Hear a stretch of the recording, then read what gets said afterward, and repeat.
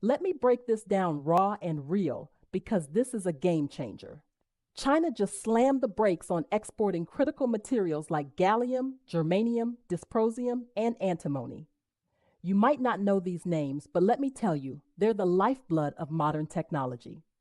From semiconductors to military hardware and even electric vehicles, these minerals are everywhere. And guess who's choking right now? The United States.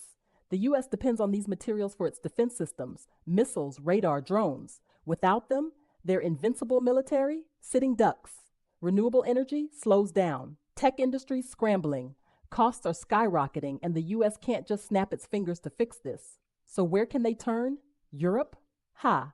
Europe gets these resources from Africa, countries like South Africa, Namibia, and the DRC.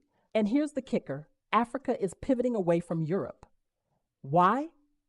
Decades of exploitation, terrible trade deals, and outright disrespect.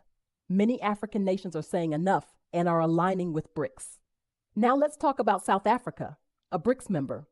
It has the resources, the influence, and the alignment to supply these materials within BRICS. This is a golden opportunity for African nations to process and refine these minerals locally. Why ship raw materials to Europe or the US for pennies when you can create jobs, wealth, and power at home? And this isn't just talk, it's happening. Meanwhile, let's not forget Trump's 100% tariff threats on BRICS nations. What's the play here? Bully tactics? All this does is push African nations and BRICS plus countries further away from the West.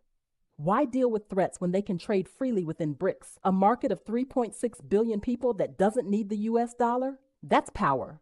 And here's the reality check. The US, the so-called global leader, built its tech and military empire on resources it doesn't even control. Now the world is watching as BRICS nations, backed by Africa, rewrite the rules. While the US flails with threats and bravado, BRICS is out here making moves. Self-sufficiency, economic independence, and global influence. So what's the takeaway? The US is no longer untouchable. Their military and tech might built on shaky ground. Meanwhile, BRICS in Africa, they're playing the long game, building a future where the West's threats hold no weight.